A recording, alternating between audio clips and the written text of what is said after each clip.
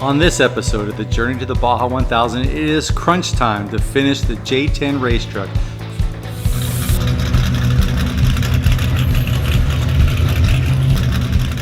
On this episode of the Journey to the Baja 1000, we're going to talk about what we're doing to get this truck to Ensenada in time for the race. So here's just a quick recap for people who are just joining us on this channel and how we got here. I bought the Jeep J10, probably almost 2 years ago. My brother brought it here and it finally arrived in my garage November of last year.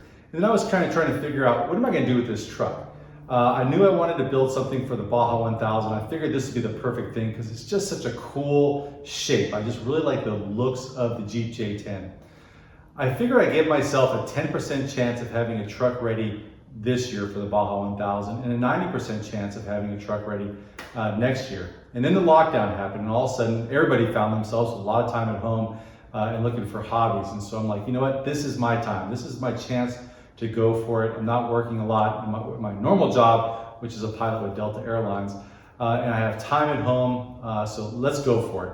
My brothers also, while I was building this, they said, hey, why don't you make a YouTube channel? So here we are making a YouTube channel called the Journey to the Baja 1000, where I've kind of shown how I've gotten to this point. I started off talking about buying the J10, taking that one apart and using the parts, buying a Chevy Silverado and using the engine, transmission, axle, and brakes for most of the parts for the truck. And then along the way, as I've been building subsystems like the suspension, I've been using Fusion 360 and also the Langmuir Systems Crossfire Pro CNC plasma table. To build a roll cage, I've been using Bendtech and then my JD squared bender and an angle grinder to build this roll cage that I think came out pretty good.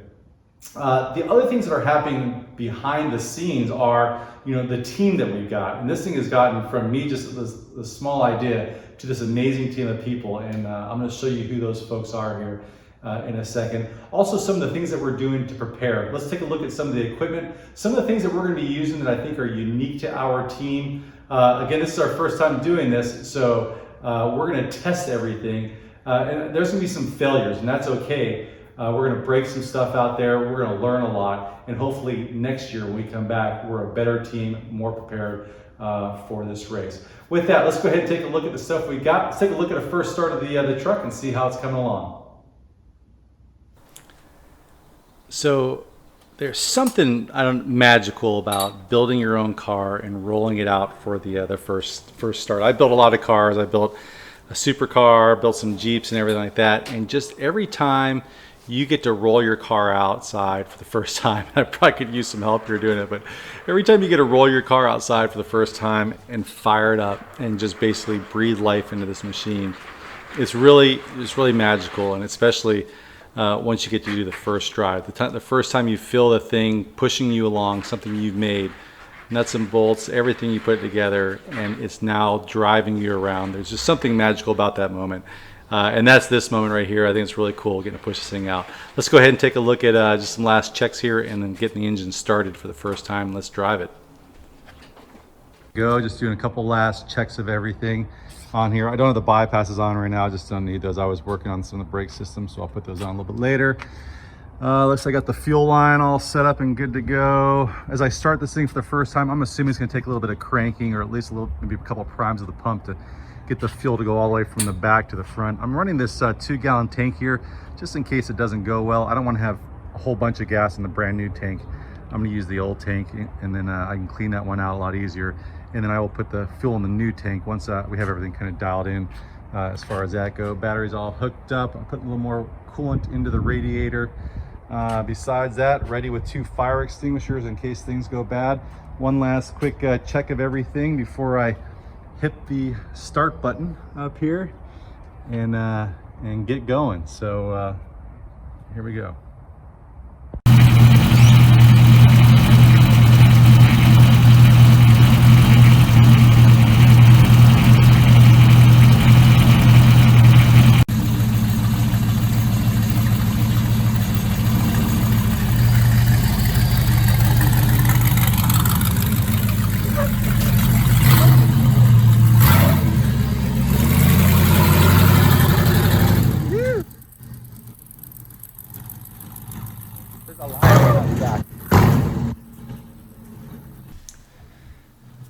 Well, you might be asking yourself, why are we driving this thing around without floorboards and really missing probably some basic safety stuff on there? And it's just because we have, like builds like this go, sometimes you work yourself into a time corner. And we just wanted one quick test drive just to shake this thing down and make sure that we have all the mechanical things chosen correctly. Do we have the right size brake masters? Is the fuel system going to work? Is it going to provide power? Is a drive system going to all of a sudden just start shaking itself to death? Is the transmission going to work? Is the engine going to work? We needed to answer those questions before we continued any further, because we don't want to answer those questions 2 or 3 days before the race and not have time to fix those big things. After the test, we have found that this thing works awesome. It's really doing good. We're going to continue now, get some more details done, and be ready for the race. But it is just a blast to drive this thing.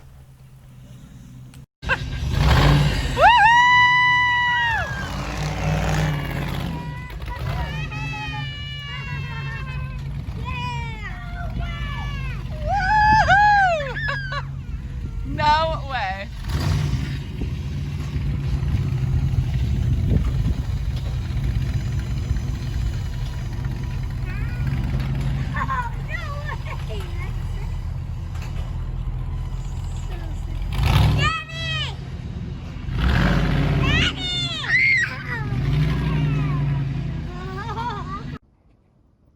Well, I hope you like the first test drive.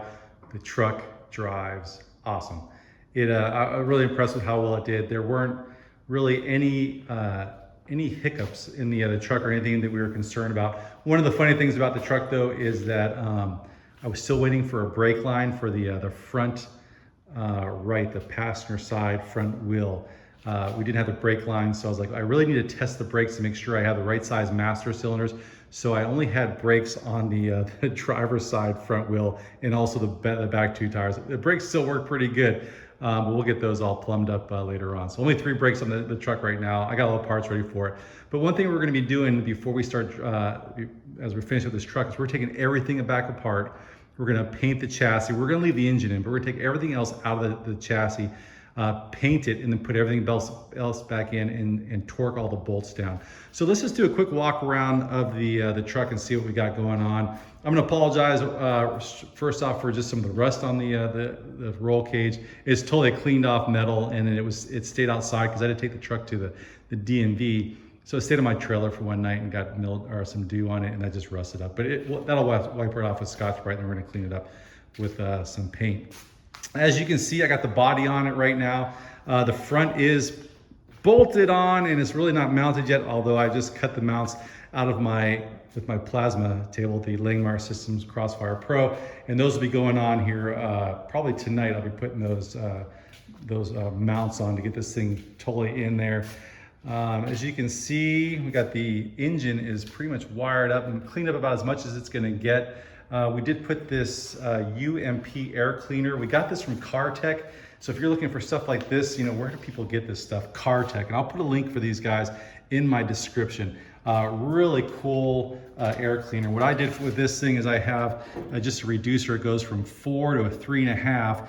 This is a piece of the Chevy Silverado air intake. I just cut out so I can keep the mass airflow sensor. Then it goes from a 3.5 back to a 4 into the throttle body there for the LS engine here. This is an LY6, and if you go and check out, I think video 3, you'll see how I got this engine, transmission, and a rear axle. $400 is what I paid for all those after I sold a whole bunch of parts. You got my cooling system all fished through here and down past the shocks, and that all fits in there pretty nicely. Cooling system worked awesome, and that's all wired up. It was a little bit of a trick to program the computer, since this engine came with a fan on the front of it, and I added in electric fans, obviously, with the radiator there in the back of the truck. So that was a little bit of a trick, but that worked out pretty good. So you can kind of see how the cooling system fishes around with the exhaust system there. And that's all just a cheapo exhaust system that I kind of put together off of one of those kits you get off of Amazon that gives you 90 and 45 degree bends, and it came out pretty good. We're just running straight exhaust out of this thing. Still, we got all the panels cut out to close out the firewall. We're just going to weld in some tabs for that and start bolting all that together. As we go inside the truck here, you can see the center panel. Again, Langmeyer Systems Crossfire Pro cut this thing out. Basically with Fusion 360, I was able to design this panel and backing that up a little bit. So I built this whole roll cage in Bentech, downloaded the step file from Bentech into Fusion 360, and then basically just said, all right, let me cut this panel out. And then I knew where the shifter was gonna be, and just put in some other panels here, like for the on-off switch for the battery. This is where we're gonna be putting the fuses. This will be the light switches over here. We got some USB drives there, shifter, and there's our start and ignition switch over there. So everything's goes in there nice and neatly. And so I'm obviously working on some wiring here, and all that stuff will be tucked up nice and neat before we close that out up there. Got the seat brackets in on this side, finishing up some seat belt mounts there, and we got the seat belt mounts over there. On the back, got the CBR radiator mounted. We got the Jazz, I think that is the overflow reservoir mounted up there. Battery is mounted. This little thing that's hanging off the back is where we're going to be putting the cooler for the transmission. That's already good to go. I just wasn't test driving it with the transmission cooler on there. In the back, there's a little bit of Frankenstein work here, but we got the fuel safe cell in its own cage. We originally planned on putting the fuel cell right behind the driver, but you know what? We're a bunch of old guys, and we just didn't want that fuel filler right behind our ear in case we roll the truck over. Just give us about 5 more feet for fuel to drain somewhere other than in our lap. So we did put the fuel cell back here in the back. I got this little 2-gallon tank up here because I wanted to use that for testing this thing out, as opposed to filling up the fuel cell with fuel, because I have to take this thing out to paint it, and I just want to deal with a big cell. So I just put this little cheapo 2-gallon tank in there, and it does the job just for testing. But it's already plumbed. All I gotta do is swap the fuel lines, and it's already ready to go and plumbed, hooked up to the 50-gallon fuel cell. And then I just have it really simple here. Got a filter going to a pump, and then going to one of those, this is basically out of a Corvette. This is a filter and a pressure regulator. So, and it basically has a return line, goes right back to the tank, and the 60 PSI of fuel goes from there all the way up to the engine. And it works perfect, man. The engine, as you heard, it sounds awesome. Going up here to the front, a lot of work on this, setting this whole thing up, just making it comfortable. So I'll show you up over here how we got the pedals in there. I was planning on using the stock brakes master from the Chevy Silverado. It just wouldn't fit in here. That thing sits out about 15 inches beyond here. So to make it comfortable, we ended up going with, you can kind of see in there, the Willwood reverse. We've got the dual masters in there, and those are going really nice. And the seating position, now that we moved everything forward here a little bit, is just super comfortable, what you're gonna need, considering that we think that everyone will be in the seat for about 8 hours each. But and it meets all of the requirements for SCORE. That is really important. The roll cage, it did pass the inspection for the roll cage, and we have a tag. So that was one big hurdle we had to overcome. Another hurdle we had to overcome is I had to get this thing registered such that when we go into Mexico and we come back, this thing is in my name. So this VIN number is now in my name, which is a big deal, because now we can get this truck back after we race it. So that's all ready to go. Let's take a look at some of the other products that we're using in this race, which might be a little bit unique, and it's something that we're doing. I'm not sure if everybody else is doing it. All right, I wanted to take a quick minute to show you some of the stuff that we're going to be using in the truck that I don't think most guys are using or even know about, especially in the off-road world. It is the mount that we're going to use for the GPS system. Now, we are a budget truck. We don't have a lot of money for this thing. And so going out and buying a Lawrence system and all the software was just something that we wanted to see. Is there another way that we can do it and save some money? And I think that there is, and we'll see how it works compared to how other folks are having success with the Lawrences. My primary job, I'm an airline pilot, and I use this GPS, the iPad GPS and mapping system in the cockpit all the time. And what I what I really wanted to show you was the mount that we use. And this is from a company called Flyboys, and it is called a pivot case. And the pivot case comes in different sizes, in the full size iPad Pros. We're going to be using the iPad mini, and here's the case. It comes with a cover to protect your screen, and that closes up and locks down.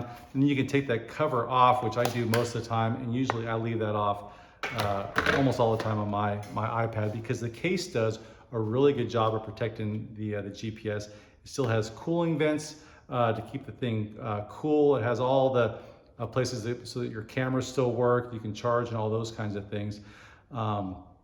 What I really like about the case though is the way that it mounts. You've probably seen mounts like this for GPS's, phones, and those kinds of things, RAM systems, where it is a ball and socket type of mount where this part in the ball is plastic. And if that's plastic, I think that's where probably most of the loads are going to happen while this thing is being bounced around.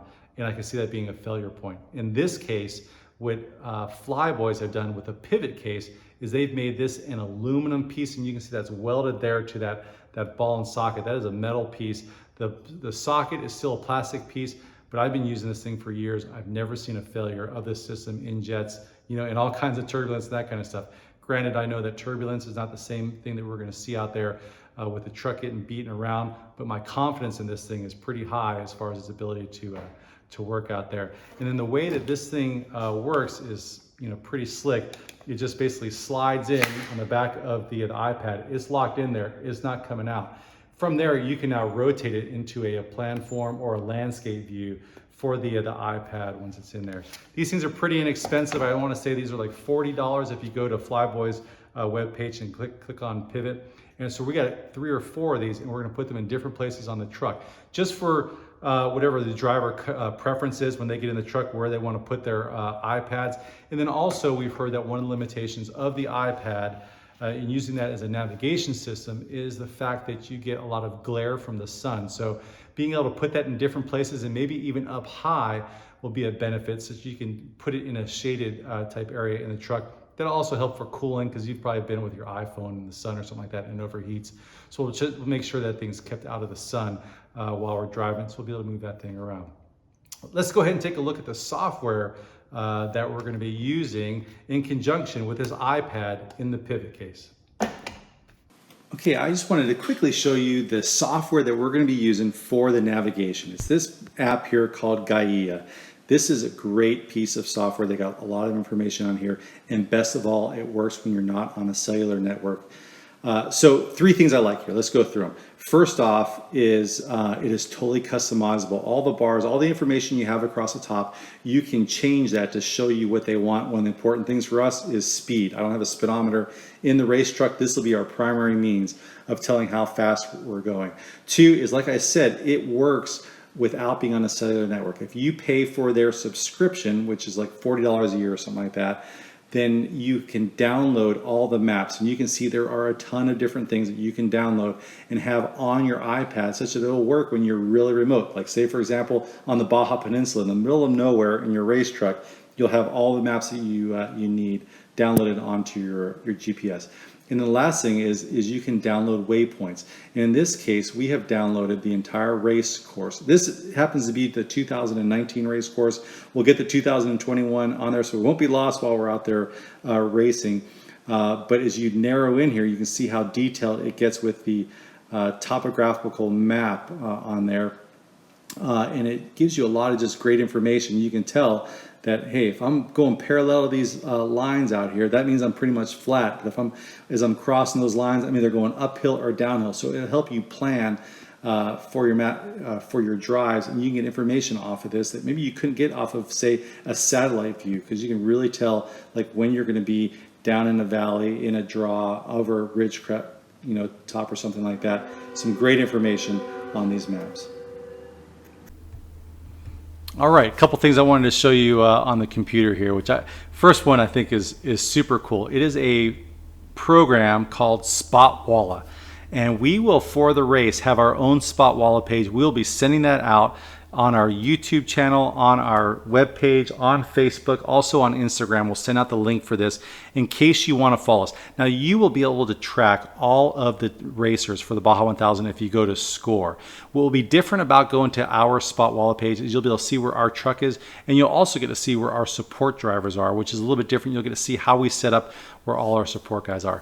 This is a shot right here on the screen of us testing the Spotwalla. This is live. This is really going on. So these are where all of our GPSs are. We're using Garmin GPSs that will be able to satellite send information via text around and also be able to send our current location. It'll update every 60 seconds exactly where the car is and the chase trucks and basically everyone who's carrying one of these satellite GPSs. And as you can see, we got one of our teammates over here in Senegal, one in Germany, the one in Portugal must be off right now, over here at LAX, and then some in Texas also. So really cool software. And on race day, we're going to send out the link so you guys can follow not only the truck, but our support crews through the race.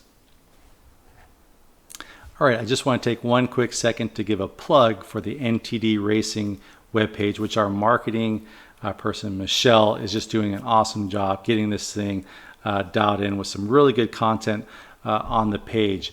The first episode is right here on the first page, and this thing explains what we're doing, where we're doing it, and most importantly, why we're doing it. We got a whole bunch more episodes.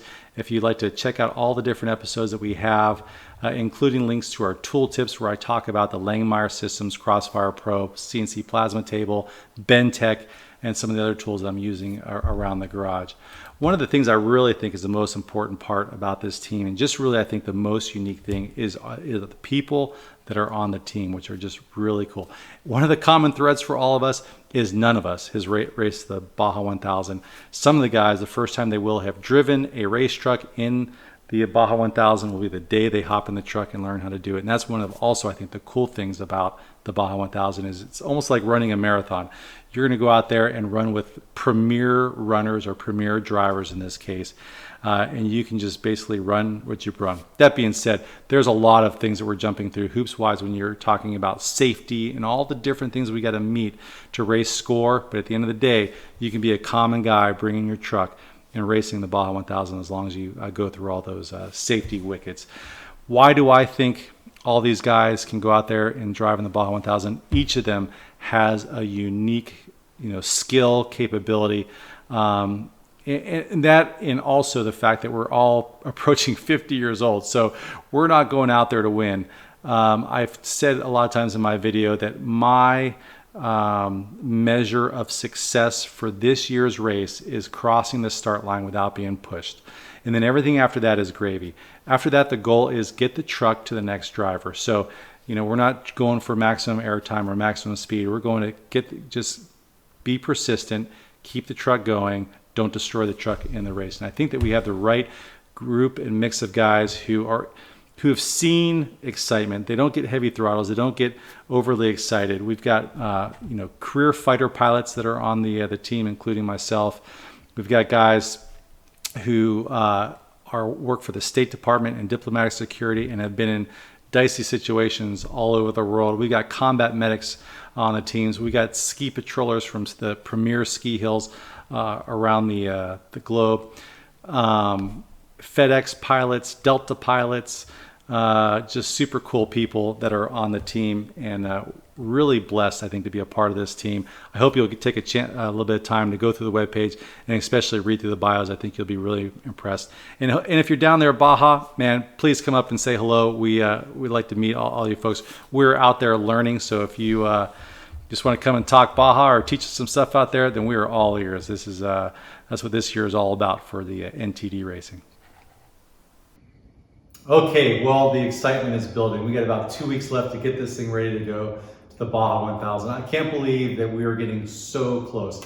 I remember thinking a 10% chance we would make it this year. And as we knock out those big things, the engine's working, the transmission's working, the drivetrain's working, the brakes are working, the body is fitting on the car, seatbelts are going in, we're passing the chassis inspection. All those big things are now in the past. That when I thought originally we were going to be about 10% chance of making it, I just feel like our chances are better Obviously not 100%. There's still a lot to do, but I find those to be the little things that we know we can do. It's just time consuming. Getting the floor and getting the firewall and getting the electrical done, painting this thing so it looks good for the race, and our sponsors will be proud with their logos are on. So we're getting through all those things and working really hard. In the future, we got on the 11th, I have team members showing up here to help finish out the truck. The 17th, we're driving to Ensenada, hopefully passing tech inspection on the 18th. On the 20th, we should be starting the race somewhere around 1 o'clock. Please log in to our YouTube channel. We'll be live streaming portions of that. We got drone footage going on for this thing. We're gonna have GoPros inside the truck. We'll show some video afterwards. And I hope to, in the future, do some videos that show, everything you need to do. If you want to do this also, how do you pass tech inspection? How do you get to race the Baja 1000? And I'll do a video thing on how you get through all the competition regulations and what they mean as we were kind of finding all those things out. With that, we hope to see you in future episodes. I will try to get 1 or 2 more out before the start of the Baja 1000, and then I'll have more time afterwards to do some more videos. But please don't forget to like and subscribe to this one. Thank you so much for joining us on this video and all the videos up to this point. We'll see you in the future. Take care of yourself. Please consider following us on our webpage at ntdracing.com. On YouTube and on Facebook, you can follow us at NTD Racing. And on Instagram, you can follow us at NT Desert Racing.